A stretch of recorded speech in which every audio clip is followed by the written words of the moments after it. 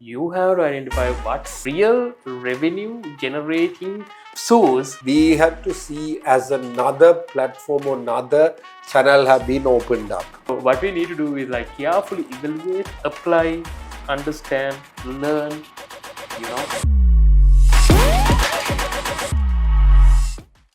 Most performance marketing failures don't come from platforms. They come from bad beliefs. Welcome to Performance Spot by APIDM. Jatu, so before we move into our topic, right? So Right. you have some important updates to share? It was a couple of weeks update that I wanted to bring it up because we have been not updating our sessions in a couple of weeks. There are a few quite good updates. One is on January, Google Ads have released on a demand gen. It was already there on YouTube campaigns, and then they have enabled on demand gen shoppable CTV. That means it's like on the TV, CTV, connected TVs, you're going to have a QR code where people can, while they're watching, they can scan the QR code and continue the purchase. Demand gen came into the market as they stopped the video action campaigns on YouTube and then they introduced the demand gen. So the objective demand gen is actually the YouTube and other places. So they wanted to bring that action on the TVs as well. So they're bringing the QR code, and then with the demand gen, the second one is through the demand gen, whatever it's been generated, or the attributions from the demand gen to the brand searches and all been going to be collectively coming into the reporting of conversion on the Google Ads. And then last one is in the same demand gen. We had the product feed that been connected. That means for the e-commerce sites and all, people can correct their product feed. And then the travel industry, the hotel industries were doing search hotel ads and all were done by centralized hotel. It's like merchant center. You have the hotel center where you can connect, let's say big network of hotel chain. You have different places that you can feed. It's like a hotel feeds. So that is being switched on demand gen, right? You can simply connect hotel center feed to build dynamic video ads featuring hotel prices and all. So search was the one that already they have. It called hotel ads. Then it came to the performance max, and now to demand gen. So this is on the January we have on the demand gen. Then the most weighted on ChatGPT, the ads. But still ads are not live, right? The ads are live only on US for free and Go users, right? So it's very careful. Still ads are not live. It's only getting on free for the users who use free ChatGPT and the Go users, which is $8 or something. I don't exactly know. And then what they are saying is the privacy is they are not going to show the ads on privacy. You can opt out from your ads. That is there. How it will be shown, like, is it going to be it's not going to be for the answers blend in. No, it's not going to force, but it will be connected with the queries that people are asking for. ChatGPT response are based on what's most helpful for the user. So it's like they are not telling that we're going to show the ads relevant to it, but it's going to be relevant as like all the platform. I think the ChatGPT, I think back in December somewhere, the CEO said we're going to focus on building the product because the Gemini, the competitors are coming up with a lot of releases and new updates. So they said they're going to focus on building it. Right now, I read somewhere articles. The reason behind is the investors are actually pushing them to earn the money, right? So the only way to earn now is subscriptions and then ads is the best way to earn. Most of the products came into the market as social media platforms, Facebook, everything started monetizing from there. This is all on the Google ChatGPT we have seen. Then again back to the Google, which is again coming back to these ads and etc. Google is bombarding with updates from 2026 with with no one could. I mean, market was expecting this, because we know that Google have 27 years of data that is being on the search. Google knows what intent, what users are going behind. So Google have the most data. So they are coming with the user what is needed. Yeah. So what is happening right now is on the NRF, that means National Retail Federation, National Retail Federation event. Sundar Pichai have announced there is going to be agentic shopping. Yeah. That means a kind of a chat related agent wise shopping. Yeah. So retailers can connect their product feeds to the AI overview, the results, search results. What they are telling is, it's not going to be, the future is not going to be search. It's going to be search to action. So the people going to search and then buy it on that place itself. And then the most rated, like similar to HTTP, Google and Shopify and the few CMS, I would name them properly.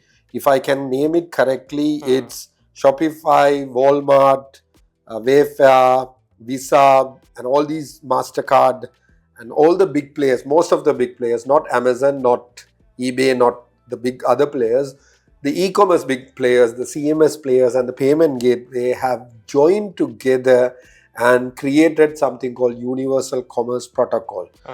It's an open source. The technical industry is saying it's similar to what HTTP has done. It says, so the AI agents, retailers, and platforms can all speak in same language, right? It prevents fragmented shopping.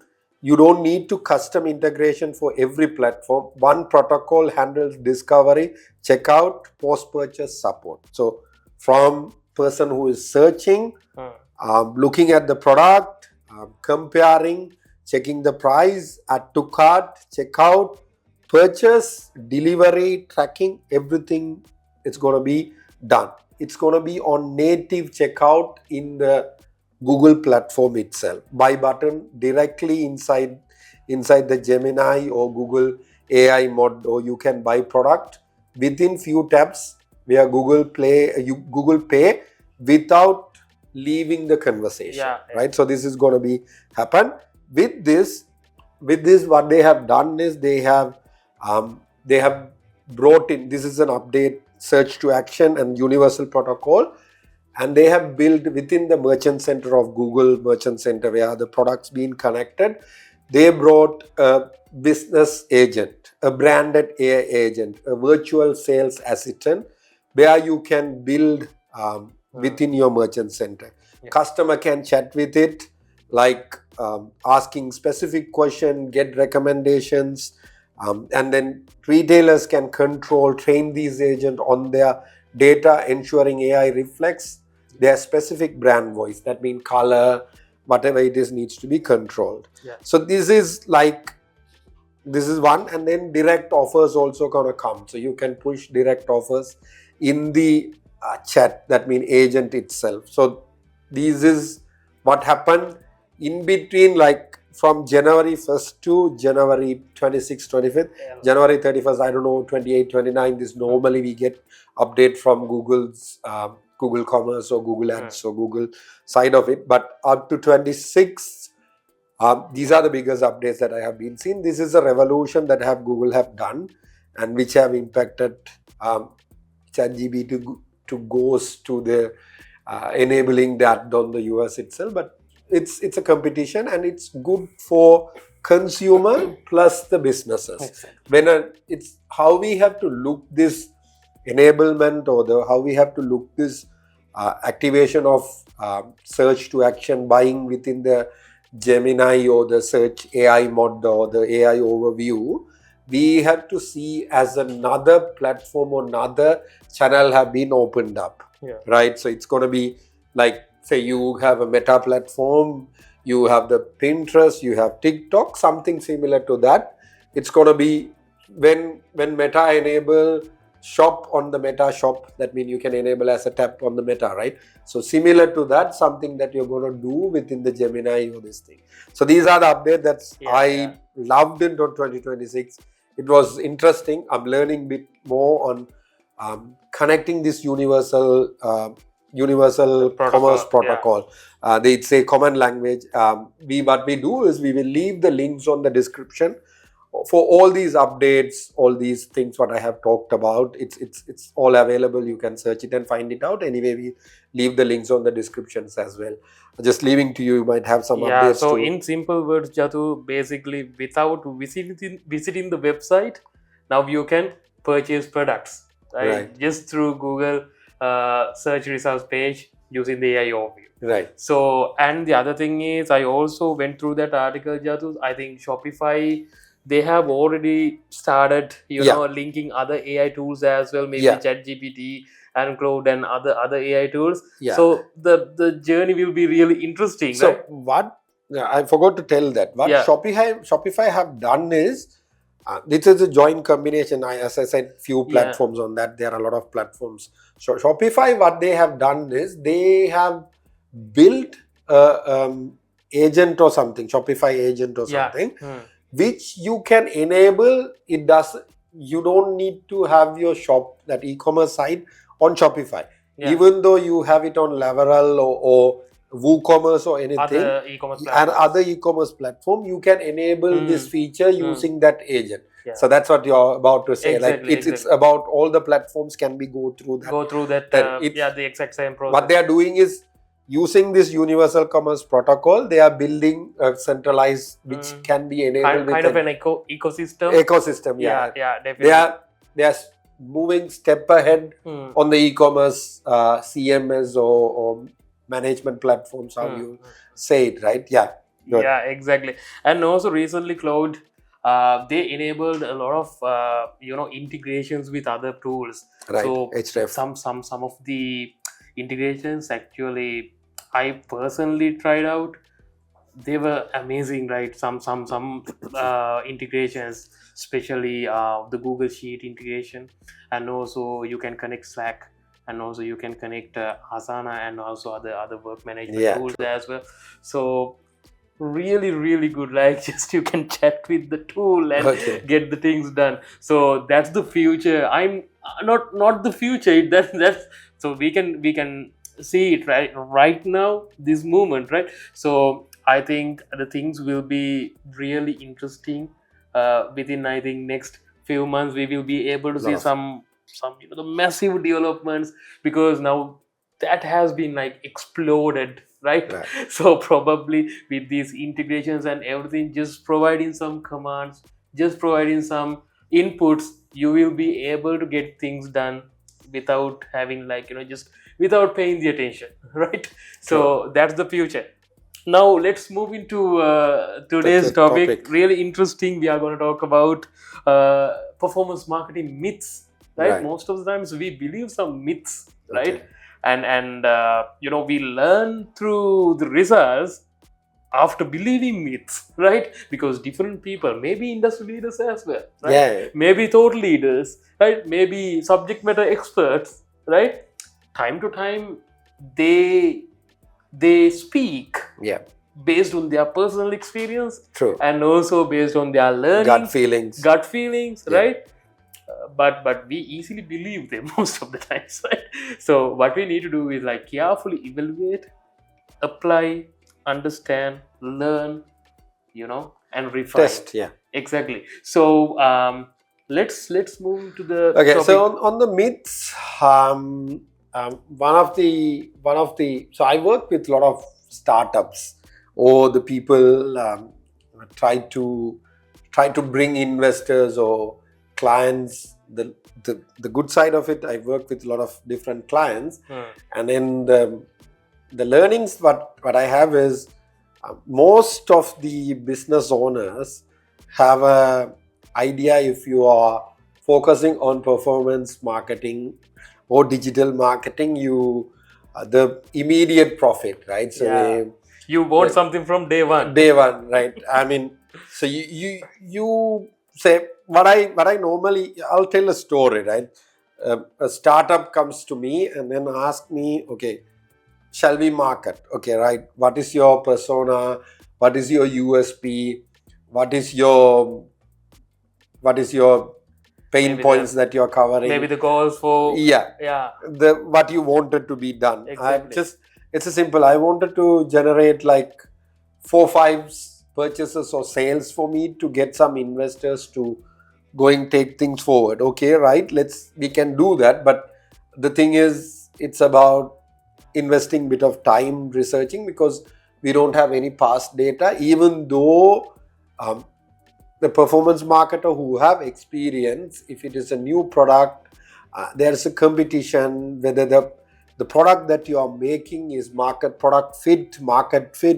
A lot of things needs to be measured, right? So they expect putting money on Google ads or meta ads immediately can get your leads, and then leads to convert. So it's nurturing needs to be happen. People needs to be educated. I'm talking about leads. Even sometimes a brand that comes out in an e-commerce, let's say a perfume brand that comes into the market, say a perfume seller who's brought in perfumes, like mixing up with some chemicals, and then they do, right? But what happens is, XYZ is doing. I also wanted to come into the market. I have brought in user generated content, influencer videos. I put those on meta ads. People are not buying it because it's trust building needs to be there. It's a sensitive. People knows the things. Is it skin? It's skin allergic. Lot of things people look around it. You suddenly come up and you have a 2-3 TikTok videos and 1 Instagram page, and then on there 2 videos and put up advertising, doesn't mean that you can convert. WhatsApp, you connect the WhatsApp, you get the message. It doesn't like that. It's about that myth is like, if it is performance marketing, you can get a result, conversion oriented, and then put $1,000 for a 1 month and then they stop it, right? So performance marketing is test different audience, test different creatives, see what goes wrong, what data are showing on. This is what performance marketing is about. It's almost testing different things and figuring out what works, what intent work, what signals works. Based on that, it continues. So the myth is profit immediately. Jadhu, I think the first thing we need to understand is, basically, if we are going to rush the process, that won't work, right? Intentionally speed up the process, so that takes time.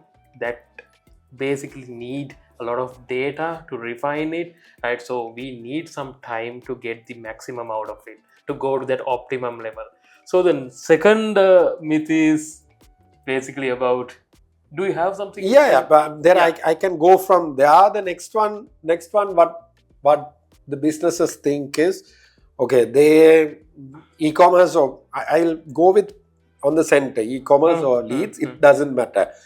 What happened is, they will have a budget of say $2,000 and they put 750 on Google ads, and then 750 on meta ads, 500 on LinkedIn, and they start running. And what happens is, down the line, you will see a lot of conversions or a lot of leads on meta, right? From the meta channel on their backend or CRM, on the Shopify or e-commerce backend, they are seeing a lot of purchasers, leads coming from meta. So what immediately happened is, it's a straight attribution, right? So what they does is, okay, meta is giving result, let's stop the Google ads, let's stop the LinkedIn ads, let's stop the organic post, let's stop all the work, let's put the money on the meta ads. But actually, there is YouTube video is working. People on the decision level are looking at LinkedIn. So it's about choosing. What they does is, they don't understand the attribution. They don't understand the awareness that being created, the product trust being created from the other channels. They just immediately, same way it happened, say brand search campaign or the organic channel giving result on. I have a recent with a retail fashion brand, women's clothing. So what happened is, I work closely with GA4, right? So the performance marketer, we just looked at the GA4 data a lot. I used to look at GA4 data a lot. So what happened is we had a discussion. I went to a review, and when we look at the GA4 traffic acquisition and the purchase data, I don't normally look at that and make decision. We look at it. It's SEO is organic traffic is giving you the most sales. Okay. Right? And then we are spending on meta ads, like 2/3 of the budget is on the meta ads. So there is conversion happening, conversion campaigns happening, brand awareness, reach campaigns are happening, engagement campaigns are happening. All these are happening, which is around $2,000 on the meta. Google Ads, there's a brand search campaign and demand gen campaigns also going on with a small budget, and then TikTok here and there, and then the influencer also. There were a few influencers doing it. So when we open up the dashboard the GA4 with them, they saw, okay, their digital marketing person, performance marketing person have reported saying the SEO, the organic channel is giving more conversion. Right? So I went to the meeting. Okay, let's stop all. We are working on SEO. Our SEO team, the SEO agency have done wow. I was like, no, it's not that. Your organic, your meta is giving you the impact. The demand gen campaign is giving you the impact to this organic results. No. We just know it's waste of money. We push on PR articles. We push on contents. We push on a lot of backlinks. We push on SEO. We invest money on the SEO. I said, okay, let's try it out. It's fine. So what happens is most of the business owners give the attribution, so they give the winning to one channel. That's a myth on the performance marketing. They stop all the other channels. Exactly. It's a multi-channel that works on this performance marketing. That's not the way of finding best performing platform, Jadu, basically. Right? So that's a kind of a collaborative effort coming from different platforms. What we need to understand is basically the impact of each platform, right? Based on the impact. On the other hand, Jadu, so sometimes we can see people just increase the budget like crazy based on the performance as well. They think like when we increase the budget, it will automatically parallelly increase the performance as well. Yeah, it's called linear scaling. Exactly. There is a concept, right? But you have to identify the sweet spots and also the exact, the optimum level of budget allocating as well. Like if you are going to pump the budget maybe to Facebook, maybe to Google, that won't work. You have to identify the optimum level, right? Gradually increasing. After gradually increasing your budget, let's say sometimes probably just after increasing your budget, the next day maybe you will get results. But it doesn't mean if you increase the same amount again after the following day, you cannot expect the same behavior, right? Sure. You can basically increase the budget and identify the optimum level of allocation. Right. So that's very important. Otherwise you just waste the budget, because if you look at the ROIs most of the times, right, especially platforms like Facebook, you will probably see, let's say you don't have any attribution platform, right? Separate attribution platform, you just rely on the platform data, right? So then most of the times platforms like Facebook, they show, like if you look at the number of conversion, most of the conversions, they actually view through conversions, right? I'm not saying view through conversions are not important, right? That's important, but you have to identify the impact. Right? Impact. Sure. So probably if you look at the impact in between different platforms, you will be able to identify, yes, this has this much of sales recorded on the platform, but in reality, Google or any other platform has the impact, right? In terms of generating sales. So that's good for the top of the mind awareness, maybe the middle of the funnel, right? But you have to identify what's the real revenue generating source for your case. Case to case, we can see different platforms, right, owning that and identify that. As you said earlier, like most of the even some e-commerce and performance companies, maybe like, they are relying on performance marketing. Some companies even they don't have GFO, at least GFO. And most of the times when we talk to different company owners, maybe the digital marketing team, GFO, what is GFO? We don't know anything about GFO. What is it really hard to connect, or do we need any technical what you call the capability to integrate over the platforms? Does that cost, I mean, like $1,000 or $1,500? No, it's free, right? You can just connect it with your website, following some simple steps, right? The only thing what you need to do is you need to have a kind of a personal research regarding how to use that tool, how to get the maximum out of that tool, right? That's the only thing that you need to get from somewhere else. Instead of that, connecting these things is it's not a magic, right? Magic anymore. You can find multiple different exactly tutorials, right? Different tutorials according to your platform. So the thing is, you have to have tools in place, right? At least free tools like GFO, right? And identify the real impact of your, I mean, different paid channels. Yeah. Okay. So you started with the budget, so I wanted to expand that. So what after putting your money on one channel that is working, that's one, and then people the businesses scaling myths. So what they do is, on the point of myths, what they expect is, if you are spending $1,000 and getting at $5,000, what they think is, if you increase $10,000, you will get $50,000. Kind of a myth is there. It's not like that. It's a wrong point or wrong thinking. Misconception, exactly. Right? By increasing the budget on the same place or same point or same target, you are trying to exhaust that place. It's what you are doing is, you are trying to exhaust the low-hanging fruit. You are trying to fish on the same pond. So actually, for this myth, scaling myth needs to be, what you have to do is, you need to create demand from a different place, right? You keep on increasing on the same target, same thing, you won't able to get more revenue. It's just going to be exhausted. One is you're going to exhaust it. One is you're going to spend unwantedly. One is you're going to increase your CPA. One is you're going to reduce your ROS. These are the things going to happen if you scale it on a linear manner. So how you have to scale is, you have to test, you have to scale it in another platform, or you have to create a demand and bring the people to the low hanging fruits, to the bottom funnel where you can increase your revenue. This is how the scaling of the budget needs to be happen. We talked about the budget, right?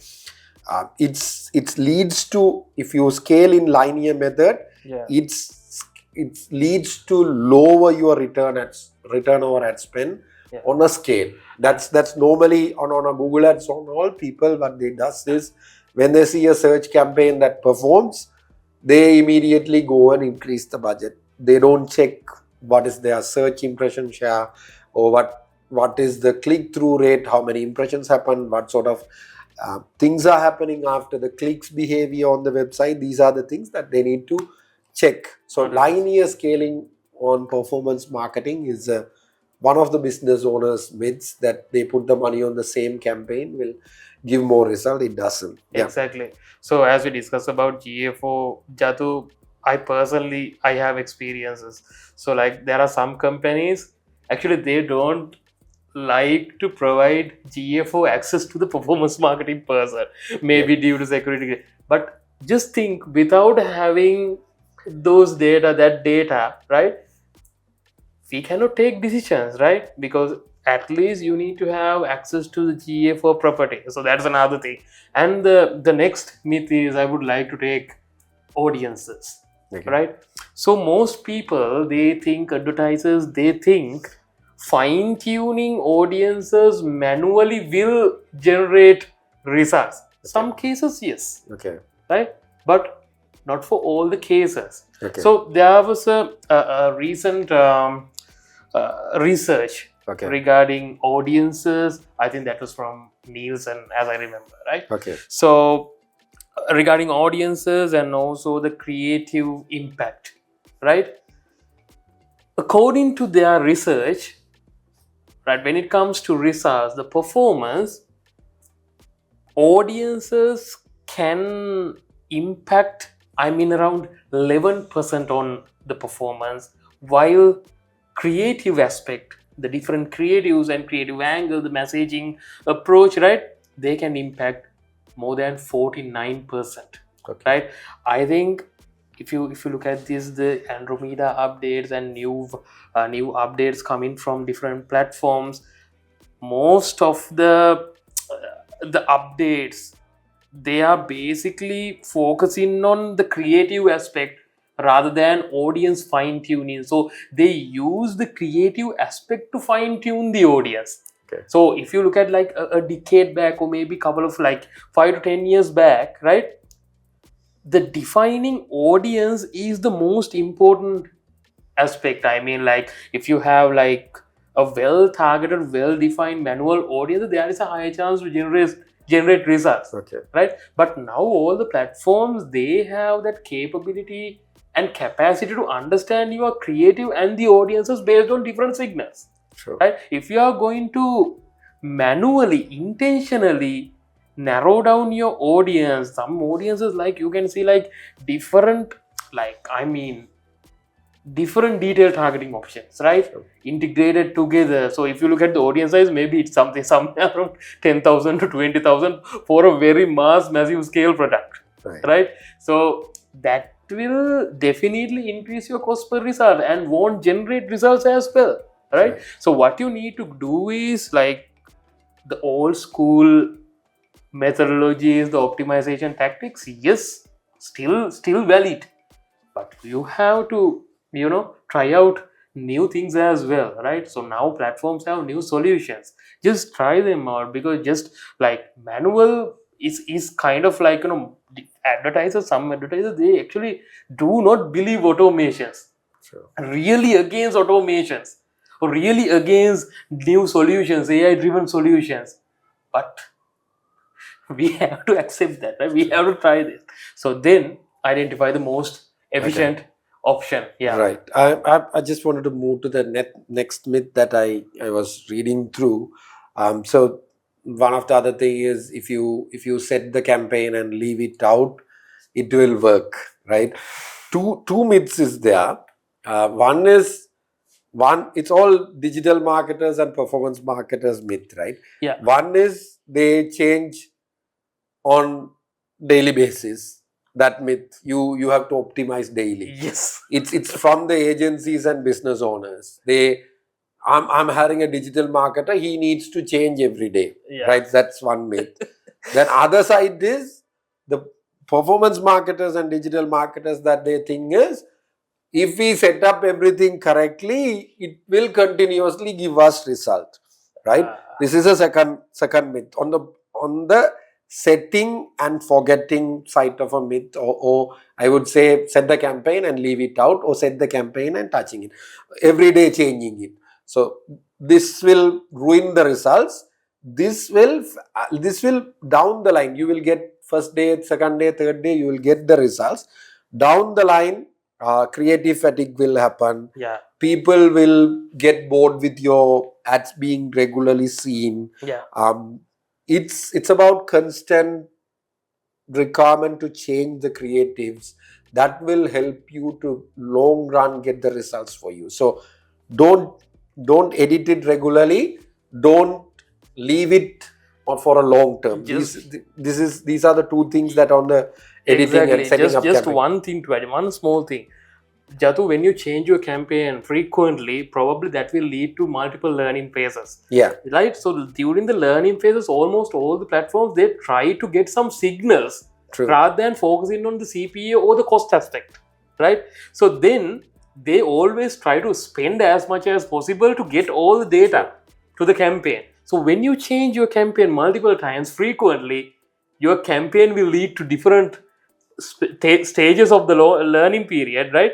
So during that learning phases, different multiple phases, it will exhaust your budget to get learnings, not results. Okay. And the next one is the myth about the traffic. If you wanted more sales, increase the traffic. These are like, if you don't bring the quality traffic, you won't able to increase the sales. That is one that I wanted to bring it up. Then I have the lower CPA always better. No, sometimes some products are looked into the point of some products and services needs to look into the lifetime value, where your CPA will cost per acquisition will be higher, but if you look in the long run or long lifetime value, that will give you more revenue than spending a CPA. It's on normal businesses, it happens. Say sometimes a supermarket chain, right? If you bring a user that can continuously buy for a year for a cost of $50, $100, $200, that doesn't matter, because he's going to continuously buy from you. So lifetime value is the one. So lower CPA is good, is always lower my CPA. Certain businesses, yeah, you need to lower CPA, but certain businesses you need, if that company have a continuous services upselling, then this lower CPA myth is wrong. Yeah. Then the last one is platform wars, right? I'm a performance marketer, I'm good at Google, then I'll tell, okay, I know about Google, since that other platform doesn't work. It's, as a performance marketer, it needs to be balanced. Yeah. It needs to be tested. So you can't tell this is good, this is bad. These are different. These all channels are going to be different level of funnels, different level of customer journey. Basically, Google search captures the intent. Meta TikTok generates, the YouTube generates the demand, and then search again, brand search convert, or SEO converts, email converts. So this is like different channels. So don't go for the platform wars myth on performance marketing. On the performance myth, so we have discussed a lot of things, from attribution, linear scaling, platform wars, CPA, budgets, platforms to decide, GA4. All these things are on a business owner's point of view, performance marketer's point of view. You come up with lot of different myths. As we discussed in the early, it's about testing, experimenting, learning, then optimizing. It's all about, don't go on gut feeling, don't decide on what others are saying. It's about you testing, you experimenting, you optimizing, you getting the best results, right? So this is all about overcoming or reducing your myths, or not listening to these myths around the performance marketing. This is about the performance marketing on the myths. Let's catch up on the next episode on Performance Spot by APIDM.